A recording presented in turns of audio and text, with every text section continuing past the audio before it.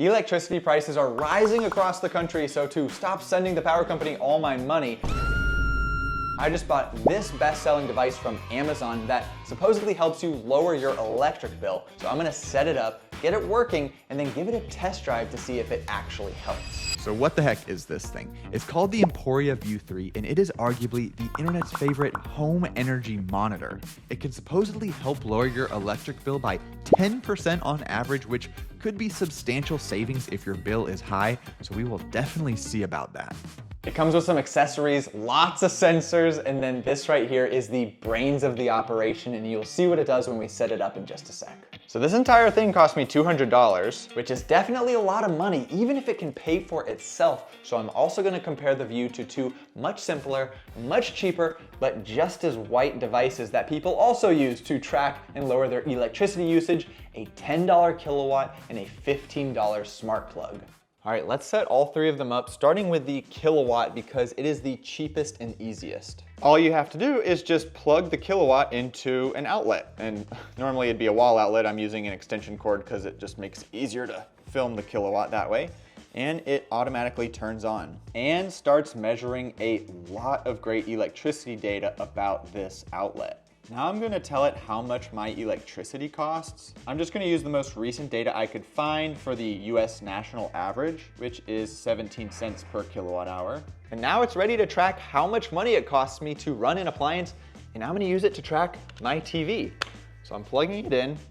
Oh, look at that. The TV's not even on yet, and it's using some power. And when I turn the TV on, power draw jumps up to a little over 100 watts. I want to see what happens when I turn it off.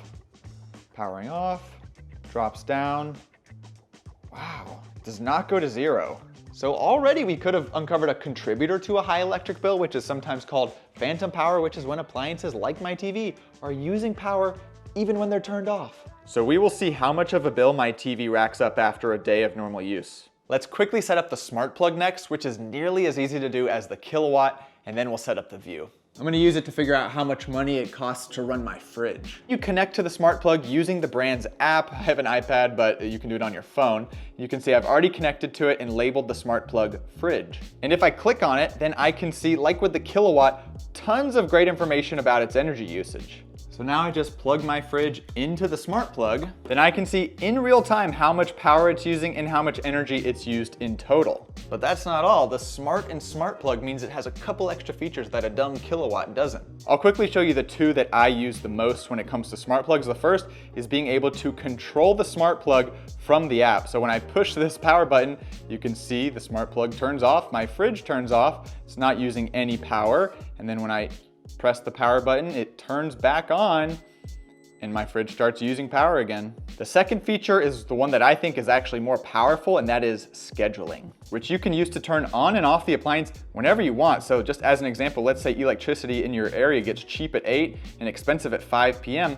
Why not run the appliance when electricity is cheapest? Now, I wouldn't do this with my kitchen fridge, of course, but you could imagine doing it with something like a dehumidifier or a window AC unit. So I will turn the schedule off for this one, and we will come back tomorrow and see how much money it costs me to run my fridge for a day. But the smart plug, like the kilowatt, still only monitors one appliance, which brings us to the main event, the Vue 3. Unlike the other two devices, it does not plug into an outlet. Instead, it connects to your electrical panel to give you a bird's eye view of your home's energy usage.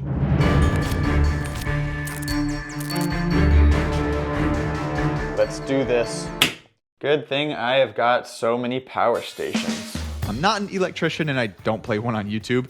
And of course, Emporia covers their legal bases at the top of the manual, but then they also go on to give you some of the best and most thorough instructions I've ever seen if you want to install the Vue yourself. I started by installing the Wi-Fi antenna. Because the Vue connects to your home's Wi-Fi, you can set it up to control and automate other smart devices in your home. Then I got to work connecting the sensors. The main ones track the total amount of energy being used by my house, and there's even a way to use the Vue to track solar generation if you have a home solar system. Now I'm at the fun part, which is that I have 16 of these branch CTs, and I get to decide which appliances and which parts of my house I get to track the energy usage for.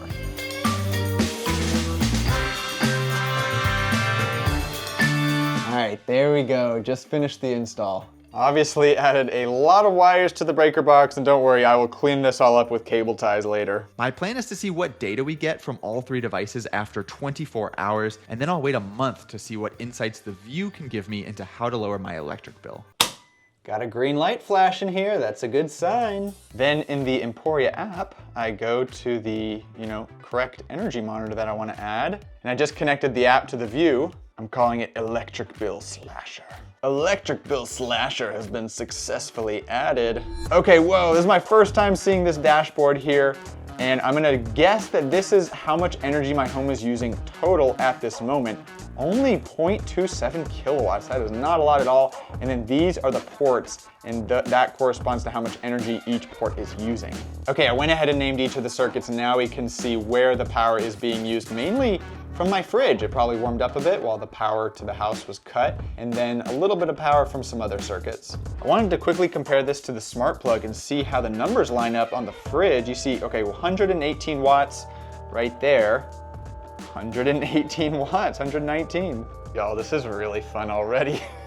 I'm gonna go around my house, turn some stuff on, and see how it reacts. Okay, my first question is, how sensitive is this thing? So I'm gonna turn on this 6-watt LED lamp in our guest room and see if it picks it up. So it's actually not able to track this lamp here, which is about 5-6 watts. Something I've always wondered is, how much power does my stove use? And I learned that you can actually click on these and it takes you to this separate window where you can see this circuit's power in real time. So I am going to turn it up to high and see what happens.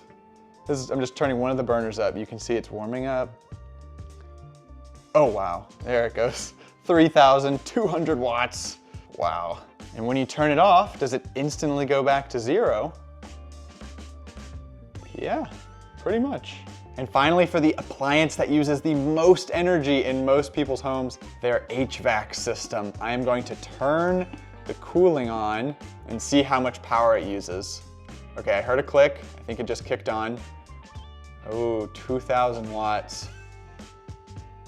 1,000.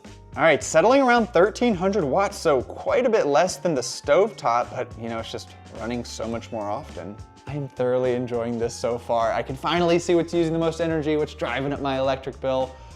No, just power! All right, the Kilowatt has been tracking the TV for 24 hours, so let's see how much money it costs me. And by the way, this and the smart plug both have memory, so their numbers didn't reset when I cut power to the house. Currently, the TV is using around 0.4 watts. So what about that phantom power draw that we saw? Well, soon after connecting the Kilowatt, I noticed the phantom power draw dropped to what we're seeing now, around 0.4, 0.5 watts. So I timed how long it used, a more meaningful amount of power after turning the TV off. And it turns out it used 25 watts for about 12 minutes, which works out to a fraction of a cent of added cost to my electric bill. So for me, that took the TV phantom power draw issue from mildly frustrating to the least of my worries. Over the last 24 hours, my TV used 0.3 kilowatt hours. And again, at the national average cost of electricity of 17 cents per kilowatt hour, that works out to 4 cents total. So thanks to the Kilowatt, I just learned I could watch all the TV I want guilt-free because it's costing me next to nothing to run. But how much does my fridge cost me each day? In the Smart Plug app, if I go to the fridge, I can see how much energy it has accumulated today, which is close to 1 kilowatt hour. And then if I click more data and go to 7 days, then I can see the total accumulated over the last 7 days, which in this case only covers yesterday and today, which is 1.6 kilowatt hours. So over the course of a month, at the national average cost of electricity, my fridge costs me just over $8 a month to run. That's really not that bad. And to me, this exercise is highlighting one of the shortcomings of both the Kilowatt and the Smart Plug is that they can only monitor appliances that plug into standard wall outlets. So using them to diagnose why your electric bill is high can inadvertently direct your focus to the wrong appliances. That just leaves us with the Vue 3.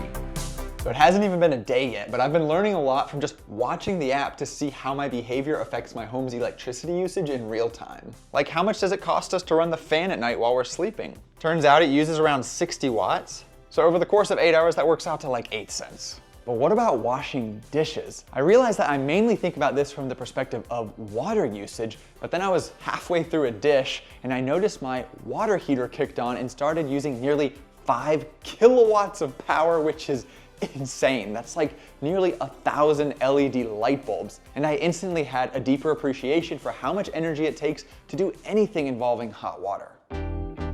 All right, it's been a little over 24 hours since I installed the Vue, so let's look at the results. On the home screen, the app tells me how much I've spent on electricity so far today. This is again assuming the national average cost of electricity, breaks it down by the top 3 appliances. If I want to see that in terms of energy usage, I can click on that and it breaks it down, tells me the total overall. Also, you can see I did a really good job picking which circuits to put the sensors on, because the difference between the total of all these circuits and my home's total is only 2%. So if I click on the week tab, then I can see the total energy usage over the last like 24 hours or so, and the 2 most expensive appliances to run are far and away the water heater and the AC.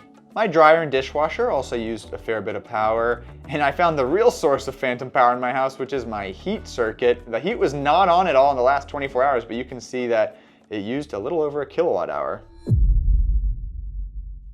I am now 1 month older and wiser and sexier. All right, so what did my energy usage look like over the past month? This app gives you a really cool graph. You can see a day-by-day breakdown. You can see, for instance, when I was out of town for spring break and the home was only using around 4 kilowatt hours a day. For context, the average for a US home is around 30 kilowatt hours a day. And you can see when it got really cold for a couple days and I had to blast the heat and was using up to 60 kilowatt hours a day. I also went out of town this weekend, and you can see that on the graph. You can really learn a lot about a man looking at his energy usage. But overall, it's looking like my home's energy usage is a little bit lower than the average. Some of that, I suspect, is due to what I've already done to lower my electric bill, which I'll talk about in just a sec. And some of it is, of course, due to it currently being springtime, so I don't have to run the heat and the AC all that much. And yet, when we look by device, what do we see? The AC unit is still using the most energy of any appliance, followed closely by the water heater, and then a distant third and fourth, we have the heat and the dishwasher. So that's making me a bit nervous about how high my electric bill will be come summer, which will be the first summer I've spent in this home, but it's already giving me some ideas about how I can lower my energy usage starting now. But what the Vue's data also allows you to do is to figure out how long it would take energy efficiency related home improvements to pay for themselves. Like if you wanted to go full millennial dad mode and buy a smart thermostat to save money on heating and cooling, you can take your HVAC's actual energy usage data and turn it into quite an accurate payback period calculation.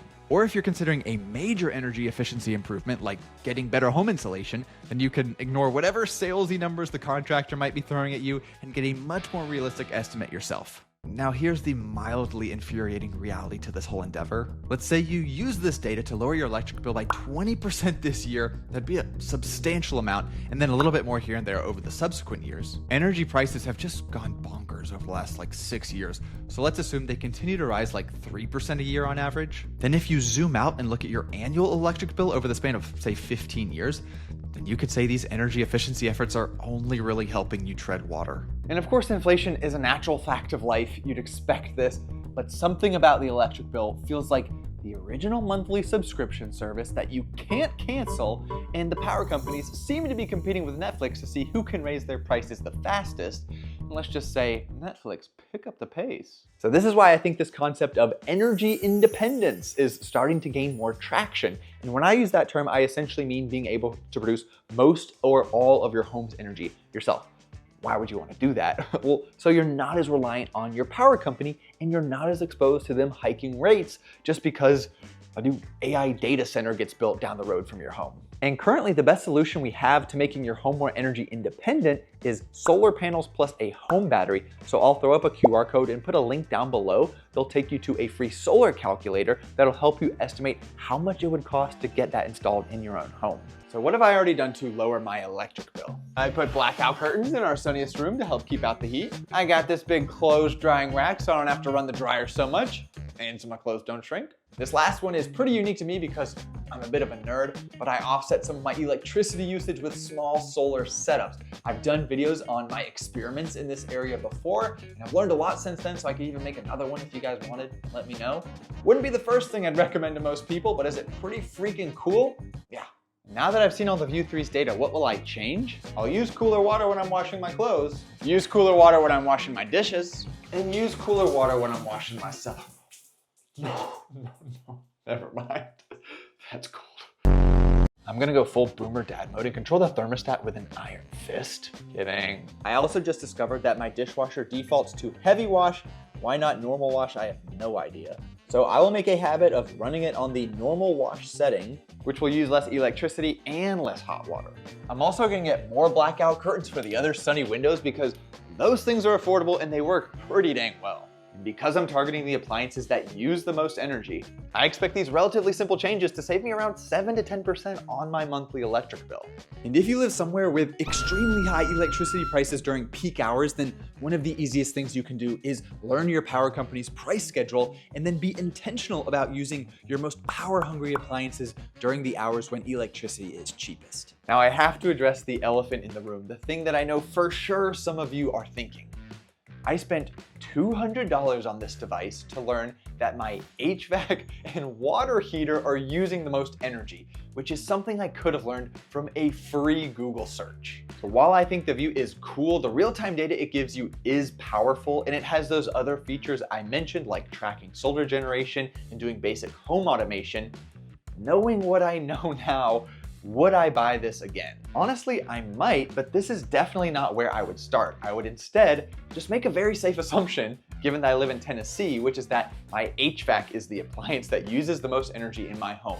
And I would take that $200 that I would have spent on the Vue and instead use it to buy blackout curtains and a smart thermostat and try to lower my electric bill that way. And only if my electric bill were to remain stubbornly high and I needed more data, only then would I buy a home energy monitor and use the data it gives me to try to diagnose the issue further. And I definitely wouldn't buy a kilowatt or a smart plug. They're great for some things, but definitely not for meaningfully lowering your electric bill. But I'll still link all 3 devices below. And if you want to see how much money you could save on your electric bill with a small DIY solar setup, then I'll link here one of the videos that I talked about earlier. It's of one of my earlier experiments, and I think it's a great starting point to inspire you on what is now possible and relatively easy with a small backyard setup. But y'all, that's it for this one, and I'll see you in the next one.